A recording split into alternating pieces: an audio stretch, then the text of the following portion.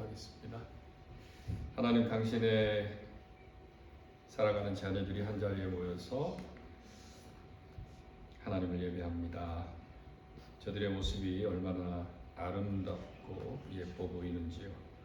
이 시간 주의 넓은 팔로 저들을 안아주시고 그 넓은 가슴으로 힘껏 저들을 품어주시옵소서. 주의 종의 입술을 통해 말씀 주실 때 그 말씀이 저희들 각자 인생길에 나침판이 되게 하시고 회복과 능력의 표징이 되게 도와주시옵소서. 아멘. 성도 모두가 주님의 귀한 음성 듣기를 원하옵고 예수 그리스도 이름으로 기도합니다. 아멘. 아멘. 할렐루야. 아멘. 감사합니다. 우리 성민이 고생 많이 했는데 지난주에 수술 잘 마치고 또 일주일 만에 이렇게 함께 예배 드릴 수 있게 되어서 얼마나 감사하고 하나님께 또 영광을 올릴 수 있는지 모르겠어요. 우리 격려의 박수 다시 한번. 정말 고생 많았습니다. 오늘 설교 제목이 작은 예수로 손을 내밀어입니다. 작은 예수로 손을 내밀어. 여러분은 오늘 설교 제목을 보시고 어떤 느낌을 받으셨는지 모르겠습니다. 작은 예수로 손을 내밀어. 예수님의 손도 아니고 작은 예수로 손을 내민다는 거죠. 한번 여러분의 손을 이렇게 한번 보십시오. 그리고 한번 내밀어 보십시오.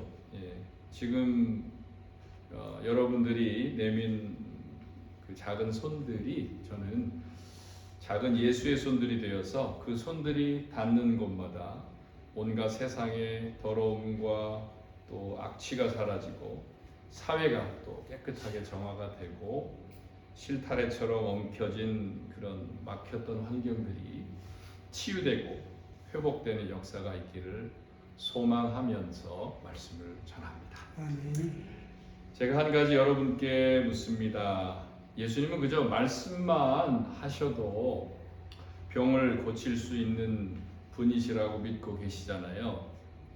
그런데 제가 오늘 본문을 택해서 읽고 묵상하면서 발견한 한 가지 특이한 점은요.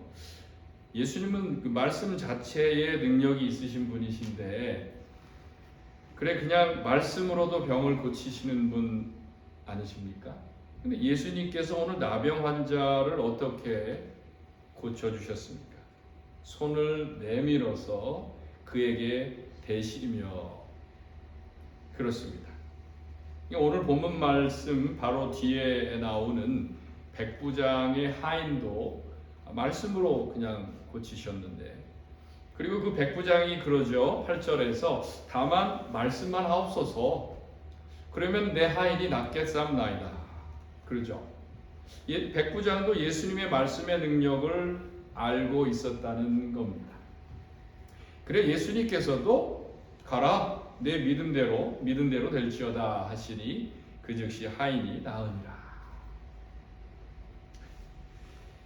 하인을 말씀으로 고치셨습니다. 그런데 오늘 본문에서는 말씀은 말씀이지만 말씀과 함께 특이한 행동을 취하셨다는 거죠. 손을 내밀어 그에게 대시며. 그래서 제가 더 궁금해집니다. 다른 사건 때는 예수님께서 어떻게 하셨을까? 또 제가 또 궁금해졌습니다. 물론 모든 병자를 일일이 손으로 만지신 것은 아니었습니다만 그래서 마태복음을 이렇게 쭉 읽어 나가다가 보니까 그 만지심이 오늘 그 나병 환자에게만 해당되는 건 아니었구나 하는 것을 발견했습니다. 성경은 이렇게 배울수록 흥미가 있고 그리고 그 자체로 신비한 능력을 갖고 있음을 제가 발견합니다. 우리 한번 보겠습니다.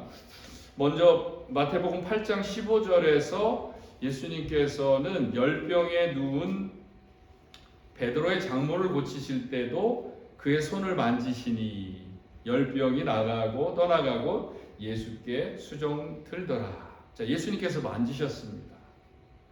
그리고 마태복음 9장 25절에서도 한 관원의 12살 먹은 딸 아이가 죽었을 때 그 부모가 얼마나 안타까웠을까요? 그런데 이미 죽어있는 그 딸의 손을 예수님께서 잡으셨더니 딸이 일어나는 놀라운 기적이 일어났습니다. 또 있습니다. 그 다음 장면인데 마태복음 9장 29절에서 맹인을 고치실 때도 그들의 눈을 만지시며, 그냥 말씀으로 고치실 수 있음에도 굳이 저들을 만지심에 너희 믿음대로 되라 했더니 그들의 눈이 밝아졌던 것입니다. 이외에도 많죠. 그렇습니다.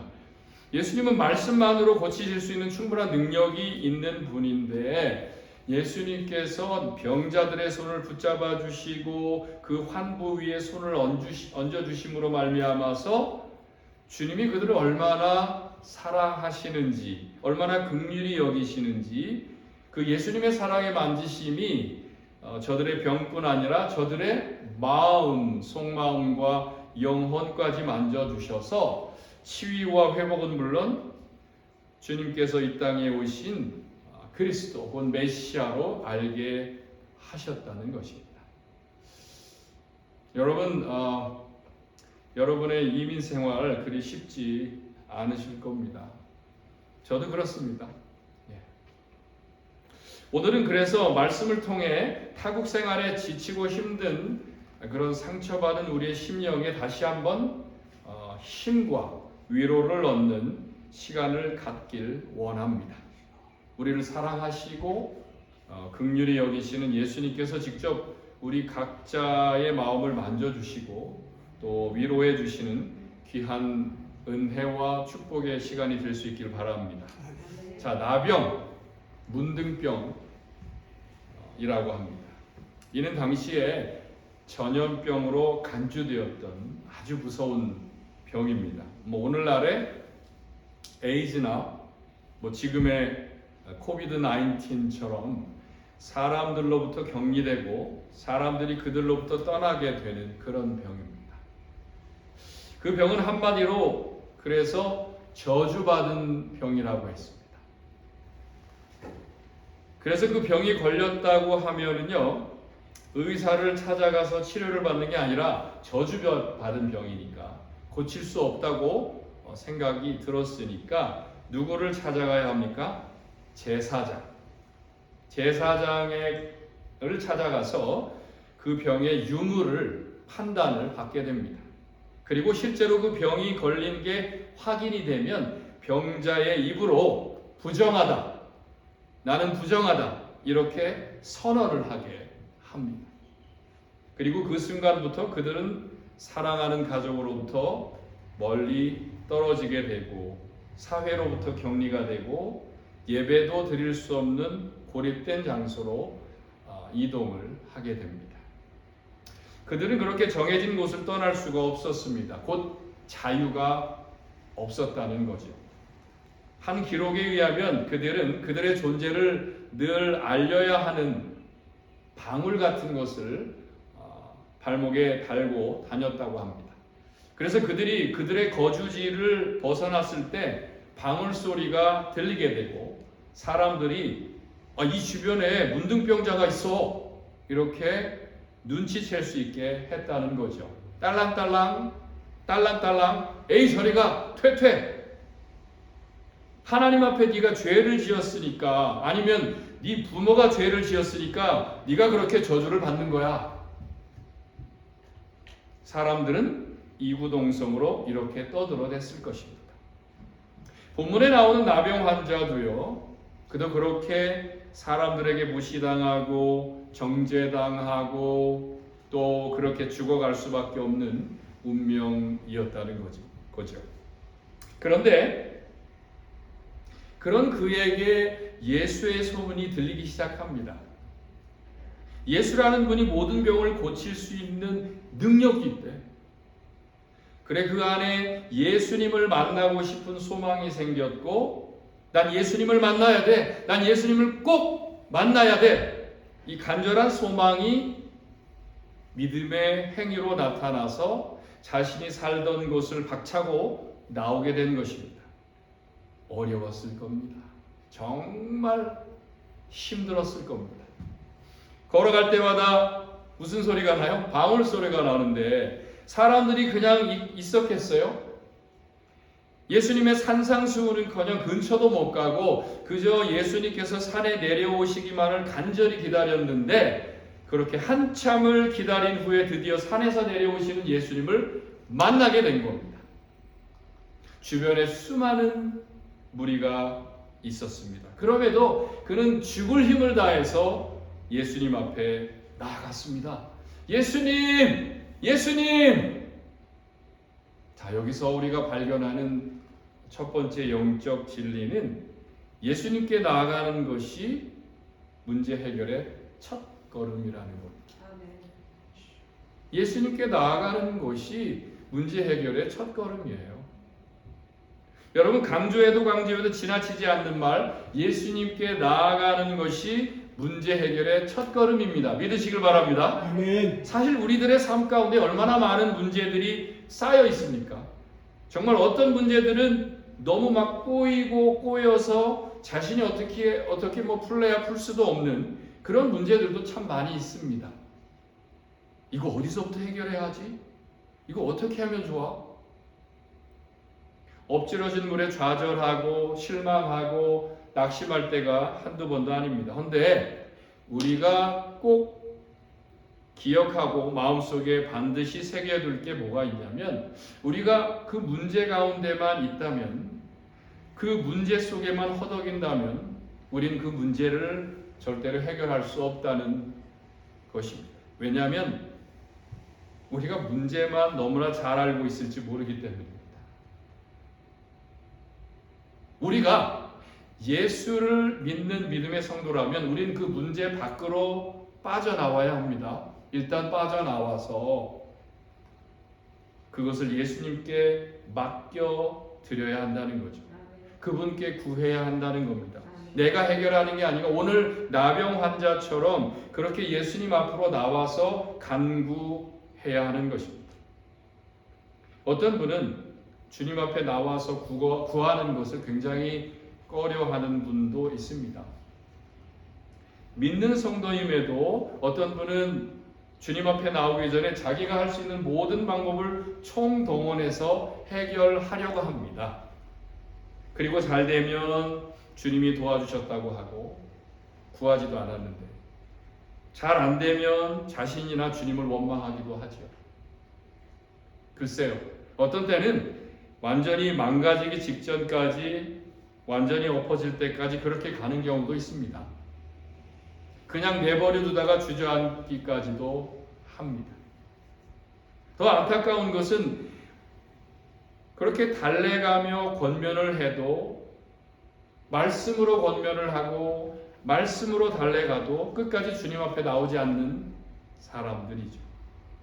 그 문제가 영적인 문제임에도 이해 못하고 그저 지식적으로 해결하려고 하고 경험적으로 그 보이는 것만으로 판단하고 해석을 하다가 영적으로 실패하고 쓰러지기도 합니다. 많이 보이죠. 예수님께서는 마태복음 7장 8절에서 이렇게 말씀하십니다.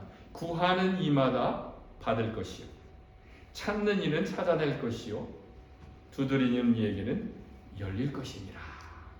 아멘. 나에게 나와라. 나에게 와서 네 문제의 해결을 구하고 그 답을 찾아라. 내가 줄 것이다. 예수님은 우리의 상태, 우리의 문제, 우리의 생각까지 다 아십니다. 그러니까 가식적으로 무엇을 하는 척? 아니, 척할 필요도 없어요. 그냥 있는 그대로 나오기만 하면 됩니다. 나와서 구하는 겁니다. 그것이 믿음입니다. 오늘 본문에 나오는 나병 환자가 그런 용기를 냈던 그 믿음의 모험을 시행했던 사람이죠. 그럼에도 어떻게 구해야 합니까? 2절을 보십시오. 나병 환자는 나와 절하며 주여 원하시면 저를 깨끗하게 하실 수 있나이다 구합니다. 중요한 구절이 나오죠. 주여 원하시면. 이 고백은 그가 혹 고침받지 못해도 이는 주님의 능력이 부족해서가 아니라 분명 어떤 다른 뜻이 있기 때문이라는 신뢰가 들어가 있는 것입니다. 이것이 누가복음 17장에서 예수 선생님이여 라고 외쳤던 10명의 나병 환자와 다른 점이죠. 예수님께서 의사가 아니라, 예수님께서 그저 랍비나 선생님이 아니라, 오늘 본문에 나오는 나병 환자는 주여 나의 주님이시라 고백하고 있는 것입니다.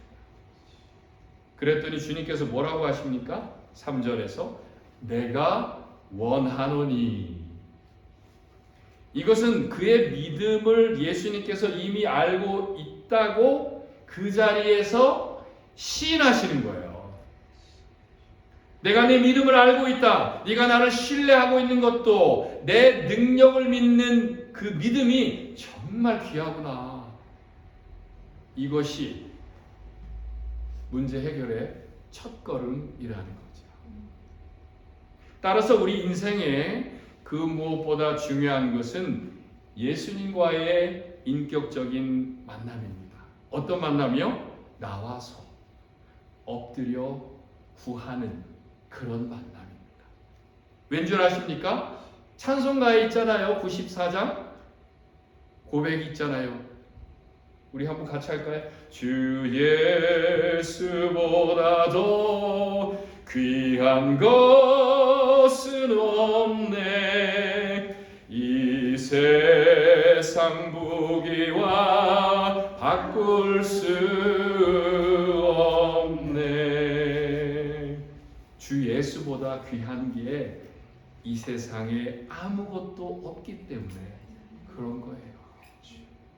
저는 이 고백이 저와 여러분 모두의 삶 가운데 일평생의 믿음의 고백이 될 수 있기를 주 예수님의 이름으로 축원합니다. 두 번째는 오늘 우리가 발견하는 영적 진리는 우리에게 손 내미시는 예수님의 손을 붙잡아야 한다는 것입니다. 자, 예수님께서 내가 원하노니 하시기 전에 제일 먼저 취하신 행동이 무엇입니까? 3절에 보니까 손을 내밀어 그에게 대시며. 예수님께서 손을 내미셨습니다. 그 손을 그 병자에게 대셨습니다. 자, 그런데 여기 문제가 생깁니다. 당시 율법에는 부정한 자를 접촉하면 그 사람도 부정하게 된다라는 율법의 조항이 있었습니다.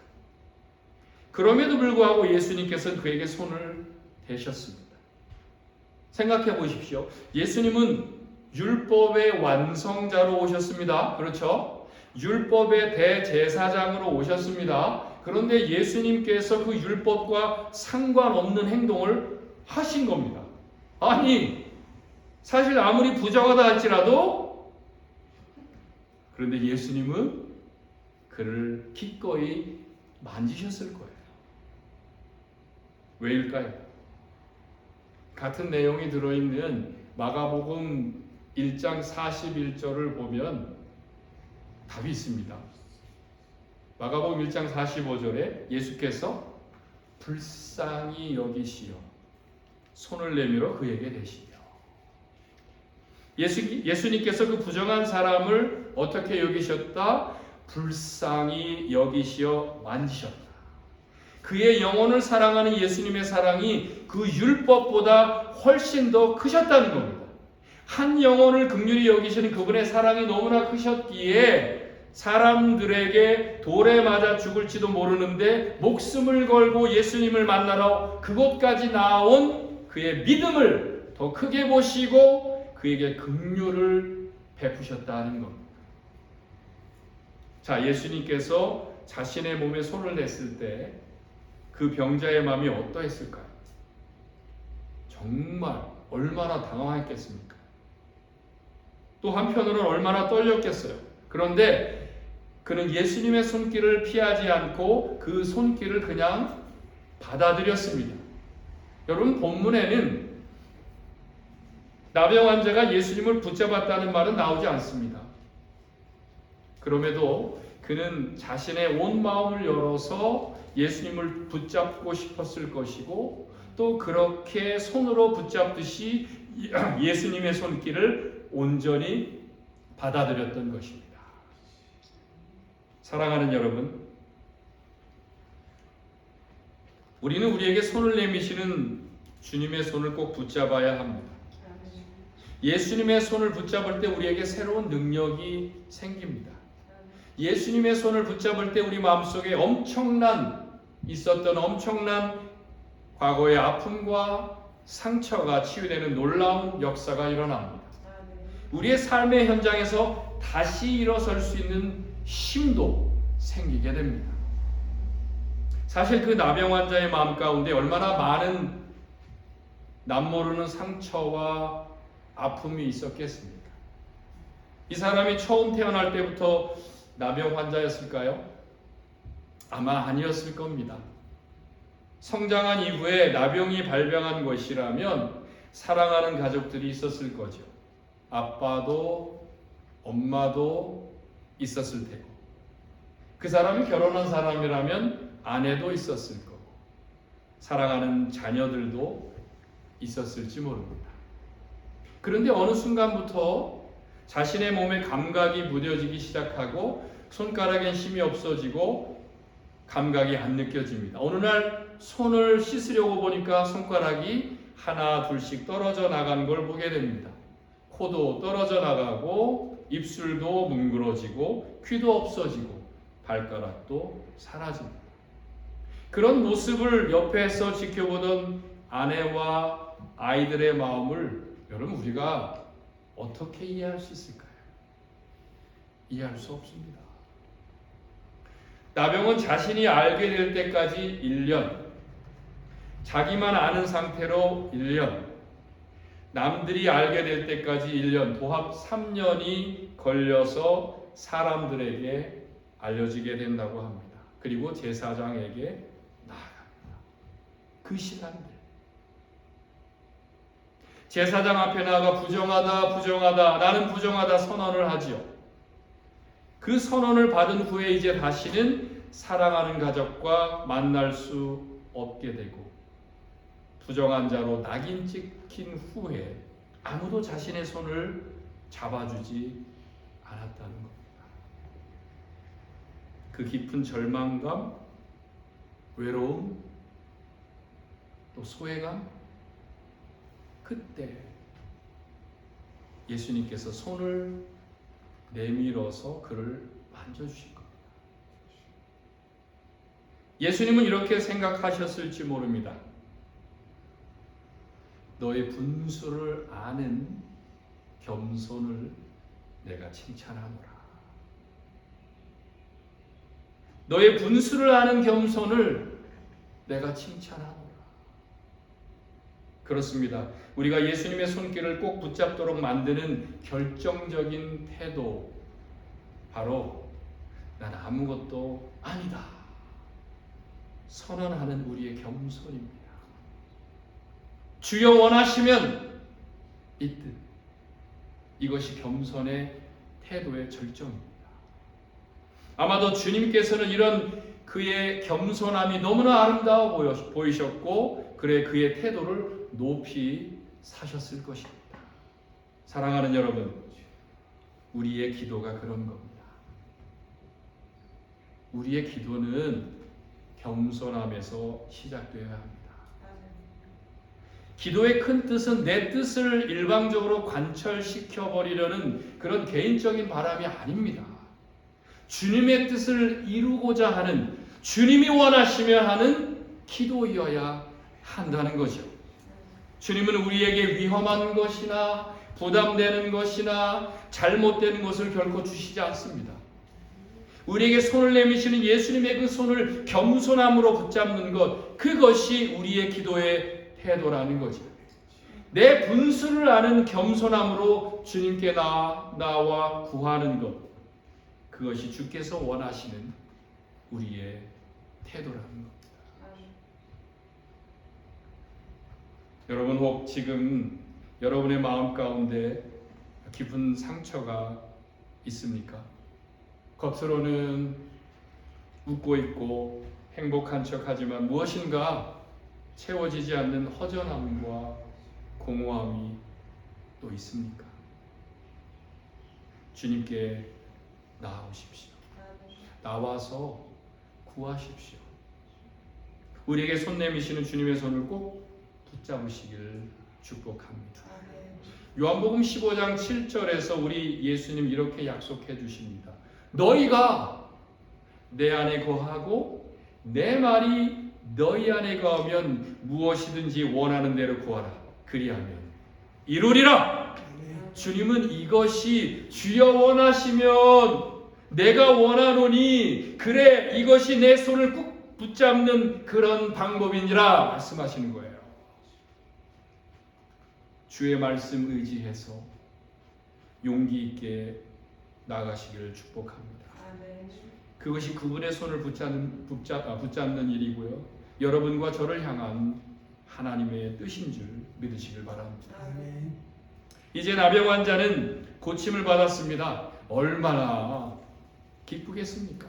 본문 4절에서 예수님은 그에게 특별한 당부를 하시죠. 삼가 아무에게도 이르지 말고 제사장에게 내 몸을 보여라.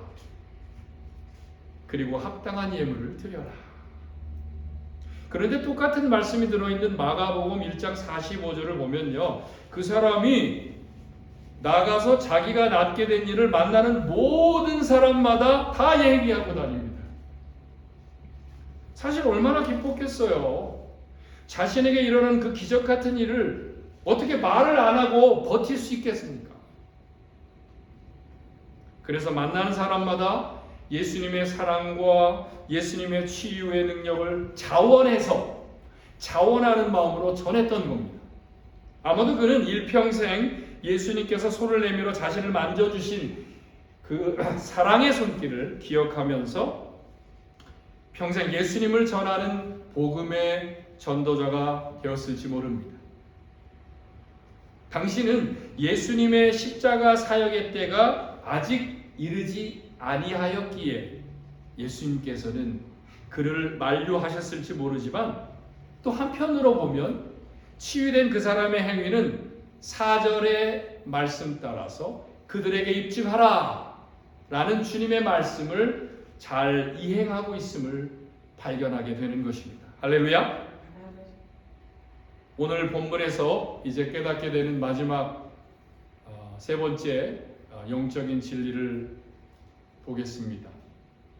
그것은 이제 우리가 작은 예수로 손을 내밀어야 한다는 겁니다.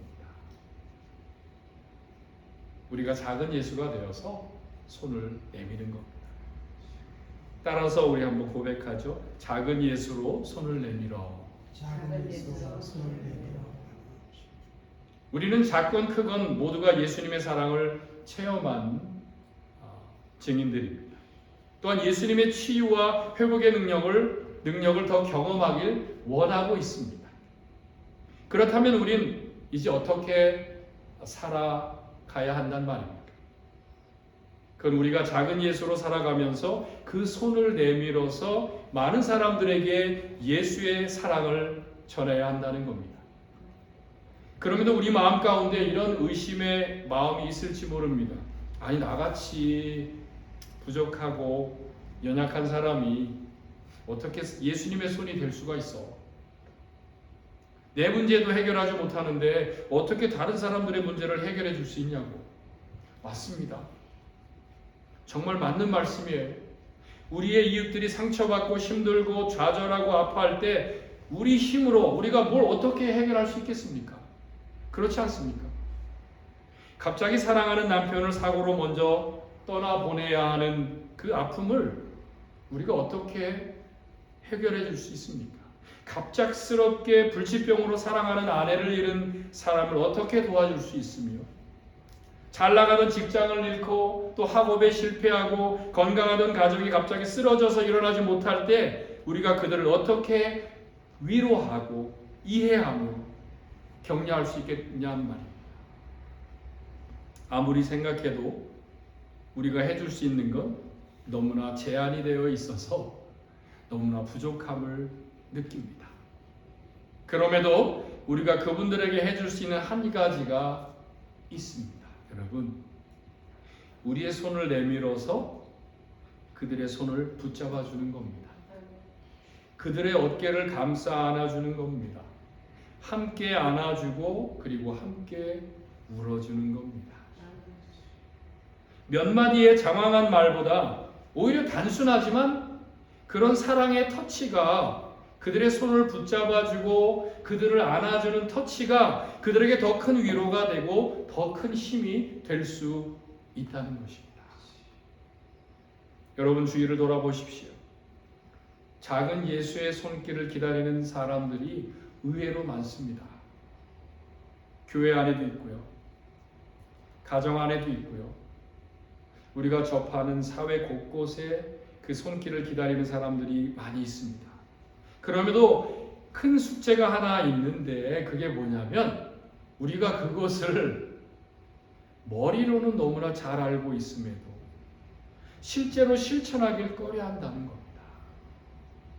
우리가 예수님의 사랑을 실천해야 할 것이 너무 많은데 그걸 머리로만, 입으로만 실천하려 한다는 겁니다. 사랑하는 여러분, 지금까지 우리의 손은 정말 나만을 위한 이기적인 손이었을지 모릅니다. 사랑하는 배우자에게 상처를 주는 손이었을지 모르고요. 사랑하는 부모와 자녀에게, 더 나아가 이웃에게 아픔을 주는 손이었을지 모릅니다. 또 믿음의 공동체 안에서 상대방을 축복하고 격려하기보다는 비난하고 시기하고 상처를 준 손이었을지 모릅니다. 자기 생각만 맞다고 주장했을지도 모릅니다. 그러나 오늘 말씀 앞에 다시금 우리가 깨달아서 이제 앞으로는 우리 각자의 손이 작은 예수의 손이 되길 소망합니다. 그 작은 예수의 손으로 축복하며 기도하며 위로하며 격려하기를 원하는 것입니다. 이것을 실천할 때 우리의 가정이, 또한 여러분이 섬기고 봉사하는 교회와 사회 곳곳이 말로 형용할 수 없는 정말 아름다운 천국이 될 줄 제가 믿겠습니다. 기도하겠습니다.